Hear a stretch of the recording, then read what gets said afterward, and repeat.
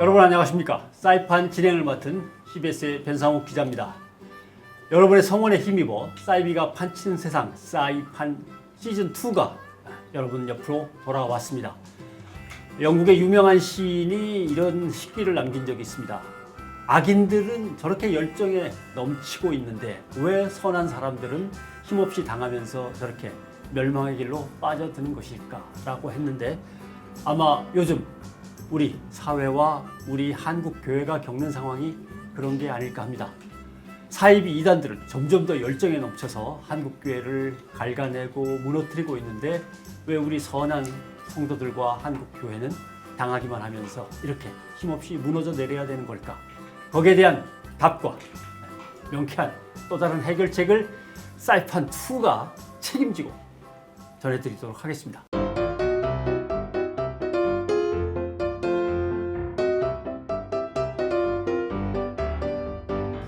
사이판2 시즌을 열면서 무엇로 시작을 할까 고민을 했었는데 역시 요새는 미투 운동도 있고 해서 사이비 2단 집단 내에 판치고 있는 성추문과 스캔들과 성폭행의 어두운 흑역사를 오늘 들여다보려고 합니다.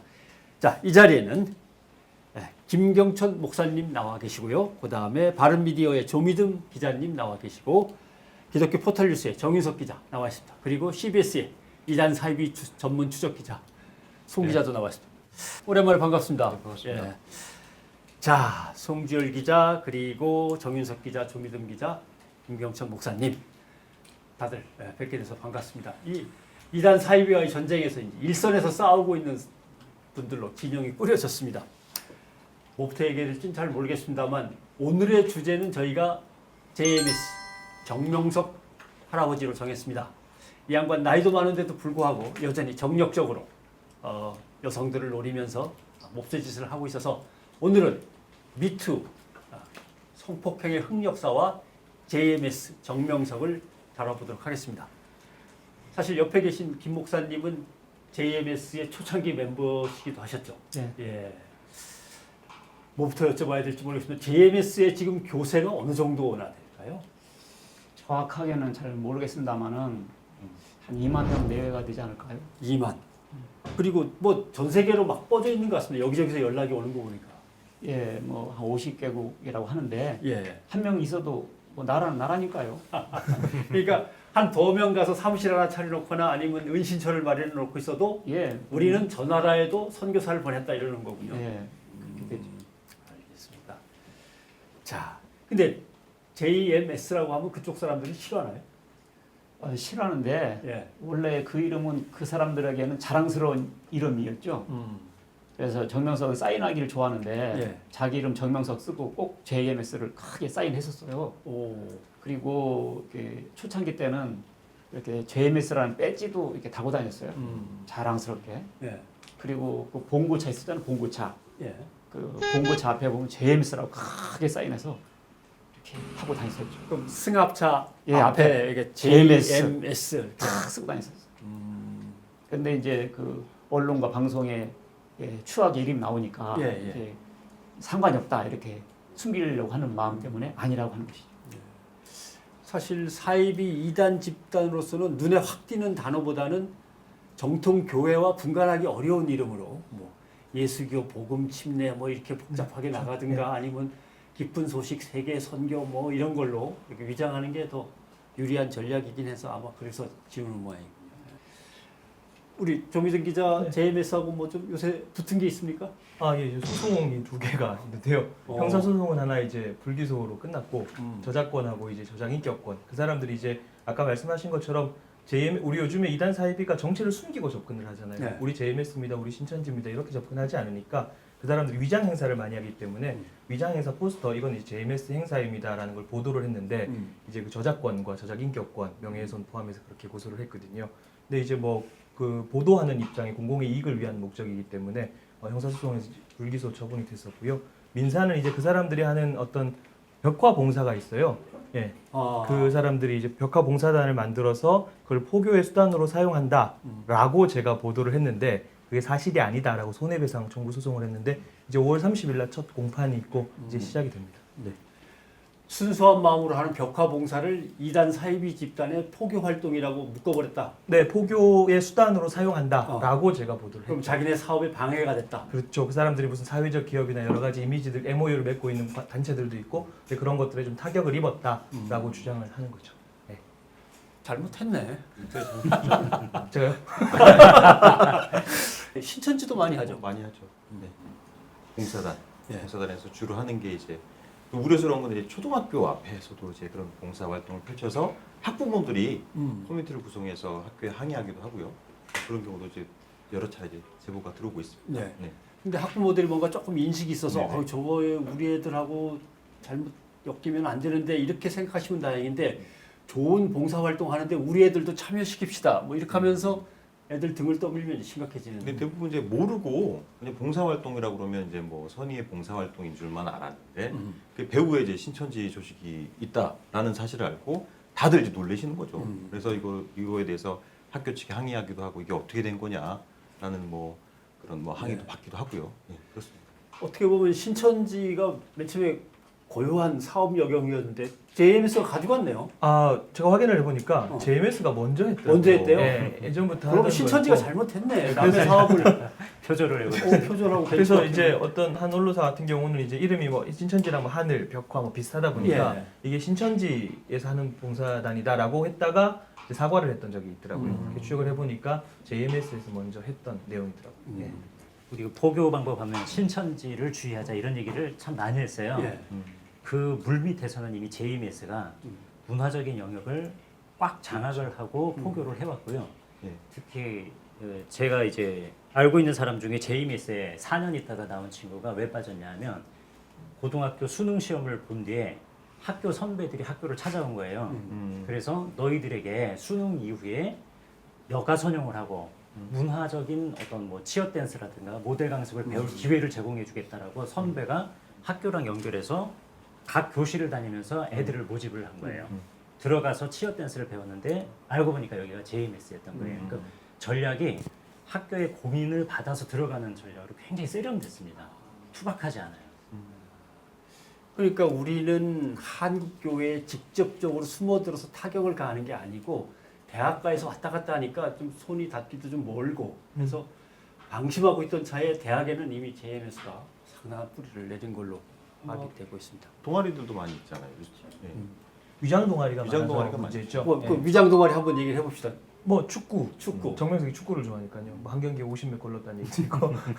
신화적인 뭐 응원단, 예, 응원단, 치어리더, 그다음에 어. 모델, 모델. 뭐 이런 것, 악기, 그다음에 실제로 성경 공부하는 반 이런 것들. 근데 뭐 말씀드린 것처럼 아까도 얘기했지만 JMS입니다 이런 게 아니니까 실제로 그 안에 들어가면 축구도 하고 성경 공부도 하고 모델로 대회도 나가고. 근데 그게 다 이제 포교를 위한 동아리.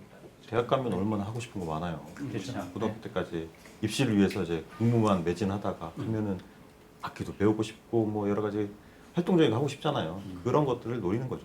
수능이 11월에 끝나면 이미 얘네들이 학교 선배들이라든가 멘토들을 만나서 JMS 포교에 섭외가 돼요. 그리고 입학할 때쯤에는 한 3, 4개월이 지나니까 이미 JMS 신도가 돼서 들어가는 게 굉장히 많습니다. 이 부분에서 김경천 목사님의 이제 도움 말씀을 좀 구해야 될 것 같습니다.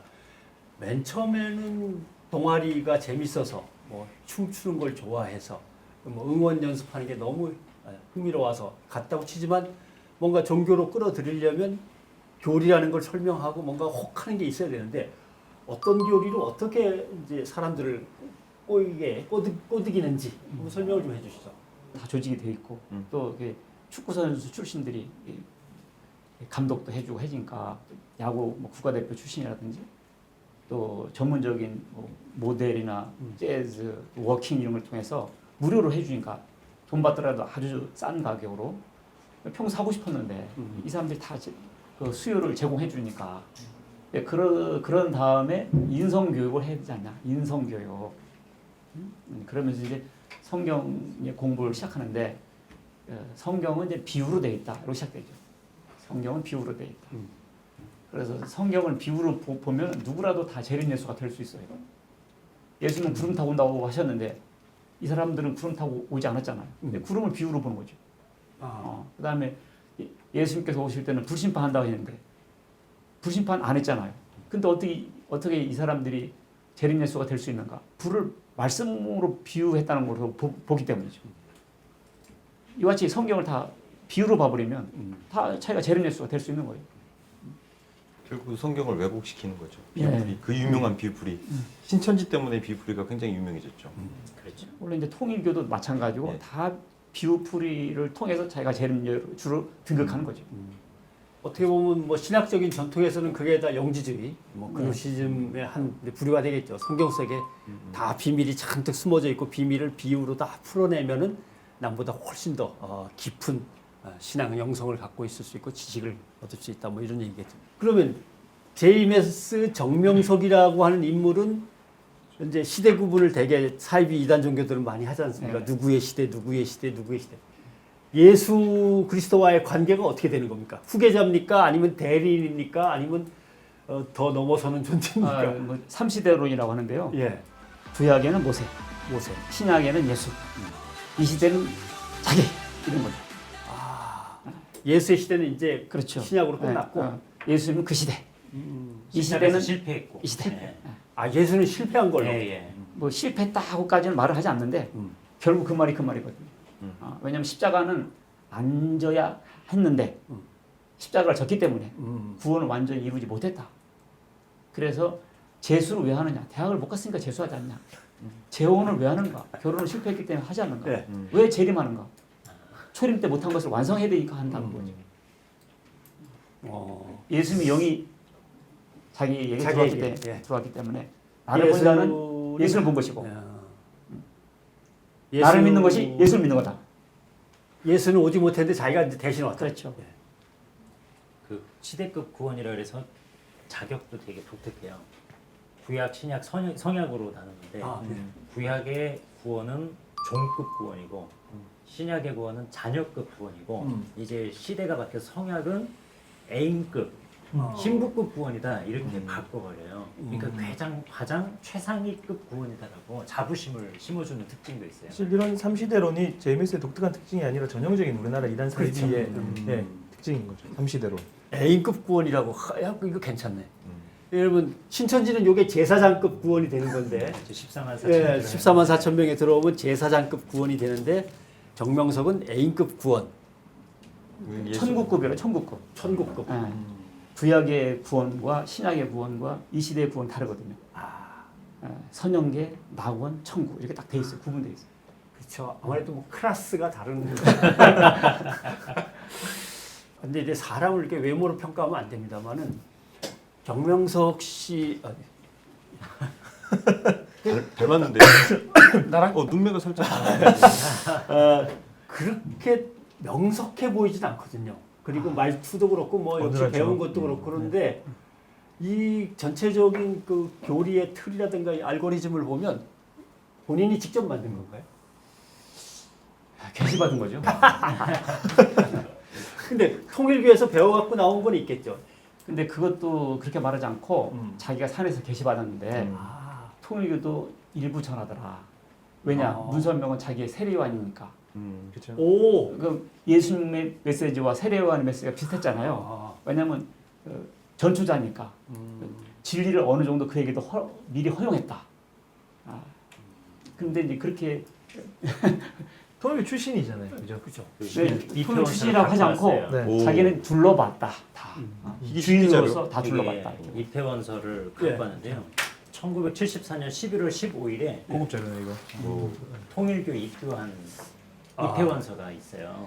자, 젊은 정명석, 충남 금산 진산교회 소속입니다. 통일교회. 맑을 명자에 이게 주석석자를 쓰는군요. 45년 2월 17일생. 그러니까 세계 기독교 통일신령협회. 통일신령협회장이라고 통일교회 직인이 딱 찍혀 있군요. 예, 네.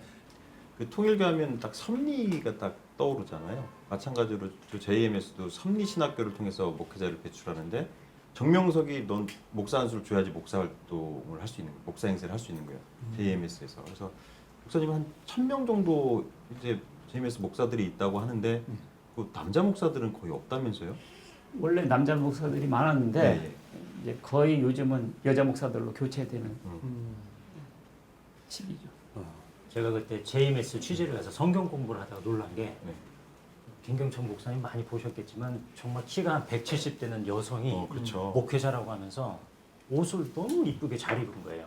그리고 신부들이죠. 소위 말해 착한 몸매를 갖고 목회자라고 하면서 성경을 가르쳐 주니까 근데 거기서 기성교회와 뭔가 다른 매력 같은 게 좀 느껴졌어요. 신천지도 사실은 마찬가지였거든요. 이제 성경 공부를 갈 때 굉장히 외모가 뛰어난 여성이 저를 가르쳐 줬어요. 그래서 취재뿐만 아니라 굉장히 흥미를 자극하는 요소가 있었어요. 근데 이런 것들이 젊은 층들에게는 다른 매력으로 좀 다가갈 요소가 되지 않을까 생각해요. 경각심이 있고 없고 차이가 거기서 나오는 거죠.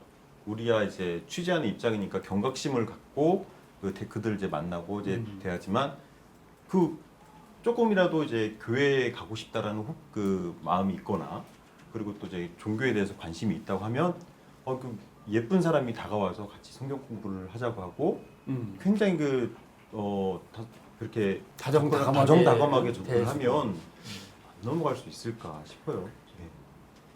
이게 명칭도 되게 알아두는 게 굉장히 중요하잖아요. 이단 예강의 첫걸음인데 얘들 명칭이 정명석 선교회가 아니에요. 기독교 좋은 이름 복음 선교회거든요. 기독교 복음 선교회. 기독교 너무 복음 좋은 선교회. 이름이죠. 이 호주에서 조미든 기자님 그때 보도했는데 호주에서 이 JMS의 성 문제를 다룬 보도를 했어요. 근데 그 제목이 뭐였냐면 성폭행범이 이끄는 한국의 밀교 이렇게 제목을 달았어요. 밀교라고 하면은 아무도 안 가니까 기성교회가 쓸 수 있는 아주 좋은 명칭을 사용하고 있는 거고 교단 명칭도 JMS 정명석이 안 들어가요. 예수교 대한감리회. 그러니까 정통 감리회는 예수교가 아니라 기독교 대한감리회를 쓰는데 여기는 주로 예수교 대한감리회 명칭을 쓰죠. 예수교 대한감리 진리. 진리책. 네. 예수교 대한감리라는 교단이 있고요. 따로 있죠. 네, 따로 네. 있고 예수교 대한감리 진리라는 이름을. 그리고 교회 또 위장교회 뭐 그 사람 교회는 아니지만 굳이 교회라고 표현을 했을 때 그 이제 교회 이름을 정명석 필체가 특유의 필체가 있어요. 그렇죠. 예, 그 이제 휘갈겨 쓰는 필체가 있거든요. 그걸로 이제 보통 간판을 많이 사용을 하죠. 예. 거기에 주로 모이는 사람들의 이제 성향이나 계층 같은 걸 보면 어떤 사람들이 주로 많았습니까? 2012년도인가요? 그때 JMS 신도들이 대거 탈퇴를 하면서 기자회견을 했던 적이 있어요. 그때 그래서 이제 뭐 그때 상록 씨의 실체가 드러나기도 했고 동영상 이제 돌았죠. 그때 그 탈퇴자 중에 한 분이 군인들이 그렇게 많다라고 얘기를 하시더라고요. 출신들이 JMS에 꽤 있다 그런 얘기를 하셨어요. 목사님 그거에 대해서 좀 아십니까? 예, 뭐 그때 40-50명 된다 이런 말을 들렸어요. 그래서 그 사람들이 이제 10년, 20년 가니까 이제 계급들이 또 많이 올라갔고 또 사람들이 또 의리 있잖아요. 의리. 한번 믿으면 간다 뭐 이런 거. 그러니까 그냥 우리는 세계 역사를 책임진다 뭐 이런 영웅심이 작용하지 않았는가. 지금 그러면 장성급도 꽤 있다는 얘기인데 글쎄. 라고 추측을 하는 거죠. 알 수는 없지만 네, 라고 네. 추측을. 네. 뭐 격변기에 뭐 많이들 예편하셨을 가능성도 네. 있고 오늘 주제는 JMS 정명석의 뭐 전반적인 상황도 봐야 되지만 도대체 왜 전자발찌를 차게 됐는가? 이제 그게 핵심 아닙니까? 본래 여성을 좋아하기 때문에 그 여성 하면서 여대생들을 그렇게 노리는 겁니다. 원래 여성을 뭐 싫어하는 사람 있겠습니까만은 좀 그런 면에 있어서 한이 맺혔던 것 같아요. 시골에서 늘 살았고 가난하고 못 배우고 못생겼다라는 한이 있었던 것 같아요, 이 사람이. 그러니까 이제 서울의 이대생 뭐 이런 환상이 있었겠죠. 그래가지고 서울에 올라가지고 이대 앞에서 이렇게 전단지를 한동안 나눠주고 그런데 자기가 성경 공부하니까 뭐 사람들이 몰려들고 오는 거죠. 뭐 자기가 이제 뭐 주님이라 하니까 뭐 부귀와 명예와 권력과 모든 것이 다 해결되지 않습니까? 그렇게 처음부터 좀 이렇게 성적으로 문란하고 이렇게 뭐 약간 변땡스러운 뭐 이런 모습도 있었던 건가요? 거기서는 선악과 따먹었다는 것을 선악과를 여자 성기로 보고 그러니까 아담 하와가 선악과 따먹었다는 것이 하와와 성관계를 했다고 풀어요. 그러니까 뭐 원죄가 성이에요. 성. 원죄가. 그러니까 성관계를 하지 않는 것이 원죄를 벗어나는 길이에요. 그래서 따먹었다 우리 그런 흔히 남자들이 쓰는데 예. 그걸 성관계했다는 은어로 그 사람들 받아들여요. 그래서 이런 인류의 타락을 깨달은 분인데 자기가 타락할 것이라고 생각지도 못했고 예수님은 마음의 음욕만 품어도 가능함이라 했잖아요. 그러니까 이 양반은 재림 예수니까 마음의 음욕도 품지 않는 완벽한 사람이라고 생각했었던 거죠. 그러면 그분이 뭐 만지시거나 어떻게 하는 거는 이미 그런 음욕을 넘어선 그렇죠. 아주 순수하고 거룩한 행위다라고 예, 받아들이게 되는 거고. 예. 그것을 의심하면 내가 너를 시험했는데 이렇게 시험을 되면- 통과 못했구나. 이렇게 되면- 전형적인 사이비 교주들의 모습. 그렇죠. 이게 이제 흔히 김백문에서 시작하는 혈통복귀와 비슷한 것들이죠. 깨끗함을 입어야 되고 새로운 피를 가져야 되고 아니면 거룩한 분 밑에서 뭔가 성스러운 걸로 거듭나야 되고. 그리고 내가 이렇게 쓰다듬은 것은 내가 쓰다듬는 것이 아니라 예수님이 내 몸을 통해서 쓰다듬은 거다. 이렇게 하는 거죠. 그렇게 합리화를 시키는 거죠. 좀 사실 다른 말로 하면 상식적으로 보면 성추행이잖아요. 완전 추행이죠. 네. 그러니까 80년대에 통일교에서 나온 걸로 알고 있거든요. 1980년에 나왔는데 여성들의 어떤 성추문 얘기가 폭로되고 기사화된 게 84년이니까 불과 4년이란 말이에요. 그러니까 처음부터 그런 통일교의 영향을 가지고 있고 교리도 그렇고 본인의 어떤 심성도 그렇고 그러니까 처음부터 좀 그런 문제들이 있었다라고 보는 게 맞지 않겠나라는 생각이 좀 들긴 해요. 2012년에 폭로하는데 동참한 여자 네. 이제 교육자 출신 여자 피해자가 있었는데 그분이 들어간 연도가 83년이에요. 그리고 그분 주장은 정명석 교주와 총 이제 4번 관계를 했고 3번은 1대1 1대1이고. 그리고 마지막 갔을 때 그분이 한 35 정도가 됐을 때예요. 그러니까 굉장히 이제 인기가 사라질 그런 나이대에 됐을 때 교주가 부른 거예요. 그래서 너무 이제 감사한 마음으로 갔는데 그 마지막에는 9명이 이미 대기하고 있어서 그때는 이제 10대 1로 했다 이런 얘기가 있어요. 그러니까 초창기로 혼용을 한 됐었던 거예요. 거죠. 혼음인 예, 거죠. 그룹이라고 얘기를 했어요. 예. 근데 이것이 영은 누굴 쓴다는 교리에 좀 기초를 하거든요. 그러니까 하나님은 영이신데 우리를 사랑하시고 그리고 우리 또한 하나님을 마음과 뜻과 목숨과 힘을 다해서 사랑해야 되는데 영이시다라는 거예요. 근데 영은 누굴 들었으니까 이 시대의 중심 인물은 육체 속에 들어와서 역사한다라고 하고요. 거기에다가 삼시대론의 마지막에 애인급 구원, 신부급 구원이 있기 때문에 애인처럼 하나님을 사랑해야 되는데 영이신 하나님이 들어와 계신 그 육체의 사명자를 사랑하는 게 곧 하나님 사랑하는 거다라는 거예요. 그래서 실제로 관계까지 갔을 때 이 여성들에게 굉장한 혼란이죠. 우리 시각에서는 이건 성추행인데 그 사람들 시각에서는 믿음으로 시작을 했잖아요. 그 사람이 정말 하나님이 들었으면 신령한 사람이구나라는 믿음으로 시작했기 때문에 그 성적 문제가 있을 때 사회 범죄로 보는 게 아니라 이게 하나님에 대한 이제 순종이냐 불순종의 차원이냐로 해석을 하게 되는 거죠. 안타까운 일이에요. 세 분 얘기를 듣고 나니까 왜 정명석이 성폭행범이 되어서 감옥에서 10년 동안 있고 전자발찌를 차야 되는데도 불구하고 사람들이 특히 젊은 여성들이 그렇게 연애 편지를 써보내고 막 기다리면서 눈물을 흘리는지 뭔가 조금 이제 이해가 가긴 하네요. 뭐에 속아서 저러는구나라는 게 이제 이해가 가는 거예요. 대체 저렇게까지 속을 수가 있나 하는데 알고리즘이 딱 그렇게. 예. 그러니까 이 시스템입니다. 칼도 엄마가 들고 있으면 부엌칼, 강도가 들고 있으면 강도인 칼, 흉기죠. 의사가 들고 있으면 메스. 이게 성도 세상 사람들이 하면 범죄, 예. 주님이 하면 은총. 은총이 도구. 예, 30년 동안 은총을 안 들키고 있다가 드디어 이제 걸려 들었죠. 중국에서 이제 구속돼서 한국으로 넘어와서 2009년도에 이제 10년형을 받고 수감이 됐죠. 그리고 이제 올 2월달에 이제 나왔잖아요. 나왔을 때 이제 엄청 관심을 끌었잖아요. 네, 그때 그 취재를 해보니까 당시에 이제 보통의 그 만기 출소자들은 새벽 5시에 나와요. 새벽 5시에 나오는데 정명석 총재는 9시 20분에 나왔습니다. 왜일까요? 우리 얘기 나눴던 것 중에 힌트가 있는데. 그러니까 결국 발찌를 채우느라고 그렇죠. 이렇게 네네. 우리 나왔다. 시청자들이 조금 모르는 부분이 있을 수 있어서 좀 보충 설명을 좀 드리자면 이게 보호관찰심사위원회라는 데가 있어요.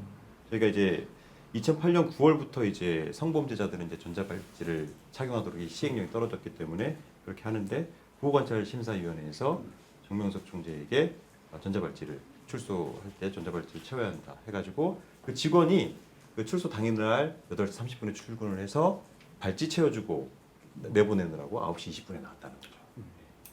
우리가 그냥 흔히 재미있으라고 절대 발찌 하는데 뭐 정명석도 뭐 자기네는 JMS 맨 처음에 지저스 뭐 모닝스타. 모닝스타 참나 저리 가라 망할 휙 이런 이렇게 바꿔 부르기도 했습니다만은 근데 제가 머리가 상당히 괜찮은 편이어서 웬만한 건 다 외우는데 이 사람이 고소당하고 처벌받은 건 너무 많아가지고 그래서 이거 누가 조미드 기자가 먼저 한번 정리를 해주실랍니까? 되게 복잡해요. 되게 복잡한데 제가 아까 84년도 말씀드렸는데 84년도에 이제 여성들이 성폭행, 성추행을 당했다라는 폭로들이 나오기 시작했어요. 나오기 시작했는데 첫 고소는 87년이에요. 1987년에 세 개로 이제 고소를 당하는데 사기 그다음에 피보호자 간음, 그다음에 명예훼손 이 세 개로 이제 고소를 당하는데 그때 당시 사기는 이제 혐의 없음이 나왔고요. 그다음에 피보호자 간음도 공소권 없음. 왜냐하면 그때는 친고죄였잖아요. 그러니까 이때 사실은 처벌이 됐으면 더 큰 피해를 막을 수 있었는데 맞아요. 고소인이 취하를 한 거예요. 이 사람들이 워낙 많은 고소 고발이 있을 때 중간에 합의를 많이 보니까 고소인이 취하를 했고 그다음에 이제 명예훼손 같은 경우도 이제 공소기각으로 끝났던 그런 문제였는데 이제 87년에 이미 문제 제기가 그렇게 되었었고 근데 정명석 사건이 이슈화되게 된 계기가 있어요. 그 계기가 뭐냐면 99년이거든요. 근데 그 사이에도 많은 문제가 있었겠죠. 근데 이제 정명석 사건이 사람들의 입에 오르내리고 이제 언론에 보도되기 시작한 게 본격적으로 된 게 이제 99년인데 그때 이런 일이 있었어요. 한 여신도가 JMS에서 탈퇴를 했는데 정명석이 이 여자가 보고 싶은 거예요. 잡아와라. 라고 해서 납치를 하게 됩니다. 99년 1월 6일 날 저녁에. 근데 이 납치를 할 때 이 친구가 그 납치 장면을 목격을 해요. 그래서 차량 번호를 외워서 경찰에 신고를 합니다. 경찰이 차적 조회를 해보니까 이게 충남 금산인 거예요. 그래서 충남 금산에서 경찰이 대기를 하고 있는데 이 여성이 이제 잡아갔지 않습니까? 잡아갔는데 그날 마침 정명석이 아까 얘기했던 그룹으로 뭐 이렇게 하는 날인 거예요. 잡아갔는데 여성들 신발이 쫙 있고 들여보내지를 못하는 거예요, 얘를. 이 납치한 여성을. 그래서 오늘은 안 되겠다. 그래서 다시 데리고 그 본부에서 시골로 내려오는 그때 잡힌 거예요. 잡혔어. 네. 그때 잡혀가지고 새벽에 이제 금산경찰서 가서 이 여자가 모든 걸 다 불어버린 거예요. 그래서 그날 아침 6시부터 계속해서 보도가 나오기 시작한 거죠. JMS가 누구냐, 정명석이 누구냐 이런 납치 보도가 있었다. 그래서 정명석이 그날로 뒷산을 넘었다. 그래서 서울로 가서 무비자로 갈 수 있는 홍콩으로 도망갔다. 그때부터 정명석의 해외 도피가 이제 시작이 됩니다. 네. 그러니까 이게 중간에 그 이후에도 아까 말씀하셨던 그 대법 확정 나기까지 중국에서 체포되기까지 굉장히 복잡한 사건들이 있어요. 그런데 이제 처음 이제 이슈가 됐던 거는 이제 한 여성 납치 사건 그것이 알려지면서 이렇게 이제 해외 시작이 도피 중에도 됐죠. 사고를 많이 쳤죠. 엄청 많이 쳤죠. 예. 그러니까 그건 이제 순차적으로 좀 그래서 얘기를 현지 나누면서 언론에서도 좀 보도가 되죠. 일본, 예. 대만, 예. 그다음에 뭐 이제 중국, 말레이시아도 말레이시아, 있잖아요. 예, 엄청 많은 그 사고를 쳤고 대대적으로 보도를 했고 뭐 어떤 나라 같은 경우 40개 언론이 붙어서 보도를 했다고 하니까 예. 그러면 지금쯤은 형량이 한 200년쯤은 됐어야 되는데 계속 살아야죠 거기서. 근데 변호사를 괜찮은 변호사를 쓰는 모양입니다. 그 보면은 무혐의가 꽤 많아요. 은근히 빠져나오고 뭐 또 바로 잡아서 바로 처벌하지 않고 좀 시간이 걸려서 도망갈 시간을 벌기도 하고. 왜 그러냐면 그 사건 해결팀들이 있어요. 오. 그래서 돈도 좀 주고 너도 인생 살아야 될 거 아니냐. 조용히 사라져라. 이렇게 타협을 주로 많이 하죠. 합의를 하는군요. 여자들이야 뭐 이미 몸 버렸는데 돈이라도 받고 끝나지 않겠나. 합의금 규모는 또 얼마나? 뭐 그것은 그 여성 신도 납치범 같은 경우는 항소심에서 5천만 원 정도. 그때 5천만 예, 원. 그렇죠. 5천만 원. 그죠. 그리고 이제 이 JMS라는 집단이 좀 독특해요.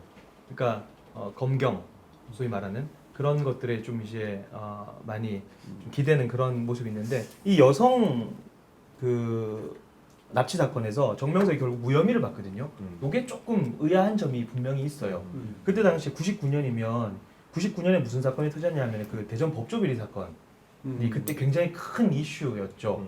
그 터졌는데 그때의 그 대전에 있던 차장 검사가 이제 그 일에 연루돼서 이제 옷을 벗었습니다. 벗었는데 정명석이 그때 당시 주소가 서울이었는데 대전으로 급하게 옮겨요. 대전을 급하게 옮기고 누구를 변호사로 쓰냐면 그 옷 벗은 차장 검사를 변호사로 씁니다. 그때부터 이제 수사가 굉장히 지지부진해졌다라는 이제 피해자들의 의혹 제기들이 있고 항상 이런 식이었어요. 그러니까 전관예우를 이제 노리는 노렸다. 거군요. 예. 그렇게 하고 이제 대부분의 피해자들 같은 경우는 거의 다 뭐 5천만 원, 뭐 3천만 원 이런 식으로 합의를 해서 다 끝냈던 그런 기록들이. 법무팀의 변호사들이 따로 있나요? 네. 어, 집사 변호사들이 있죠. 집사 변호사들. 괜찮은 사람들입니까? 근데 주로 저런 사건에 정명석은 당하니까 검사 출신이 유리할 것 같긴 해요. 그렇죠. 그리고 그런 문제들이 잘 해결되고 하니까 이 사람은 더 자신감을 얻었던 것 같아요. 하나님의 뜻이구나 역시. 나는 역시 하나님이 뒷배를 봐주고 계셔. 네. 나는 왠지 보통 사람은 아니야. 한 일간지에서 그 마을 금산 월명동 수련을 있는 마을 주민을 인터뷰했는데 고향 친구예요. 공교롭게 정명석과 고향 친구인데 그 친구가 이제 인터뷰한 내용 중에 아직도 여전히 대형 버스로 여대생 같아 보이는 그 여성 신도들을 실어 나르고 있다. 그런 이제 증언을 해준 바가 있습니다. 편하게 우리가 정명석과 그의 기쁨조들이라고 이제 이름을 붙여서 부르긴 합니다만은 항상 젊은 여성들에게 둘러싸여서 가운데서 자기가 그리고 가운데서 예쁜 여성들 가운데 있으면 좀 점잖게 있지 뭐 반바지에 그냥 다리털 숭숭 내보이면서 있기도 하고 그러던데 뭐 맨날 그런 사진 찍고 자랑스럽게 폼 잡고 있죠. 축구를 좋아하긴 좋아하나 봐요. 그런 모습을 보면. 축구 좋아. 이제 축구 하기 좀 축구도 쉽지 하기 않을까요? 힘들겠죠. 지금 나이가 74세. 나이가 발찌 때문에 하겠어요. 우리 선생님은 투시, 예언 투시의 능력들. 축지법도 쓴다고 했거든요. 맞아요. 긴 머리. 예. 그죠? 키는 한 170. 네, 맞아요. 키 허리허리하고 사람 날씬하고 굉장히 좋아해요. 밝은 옷. 밝은 옷. 예. 아, 예. 검은색은 이제 사탄이 좋아하는 색깔이라고. 나 외로워. 네. 좀 보내. 이렇게 되면 여기서 다 간다는 얘기인데 우르르 비행기 태워서 뭐 보고 싶다. 뭐 편지를 쓰고. 이제 또 재미있는 거는 남자 상록수가 있다. 키 클수록 좋아해요. 작고 귀엽고 아담한 사람을 좋아하는가 하면 제이미스는 키 크면 좋아해요. 일단 키 작으면 상록수 되기가 힘들지 않아요? 힘들지.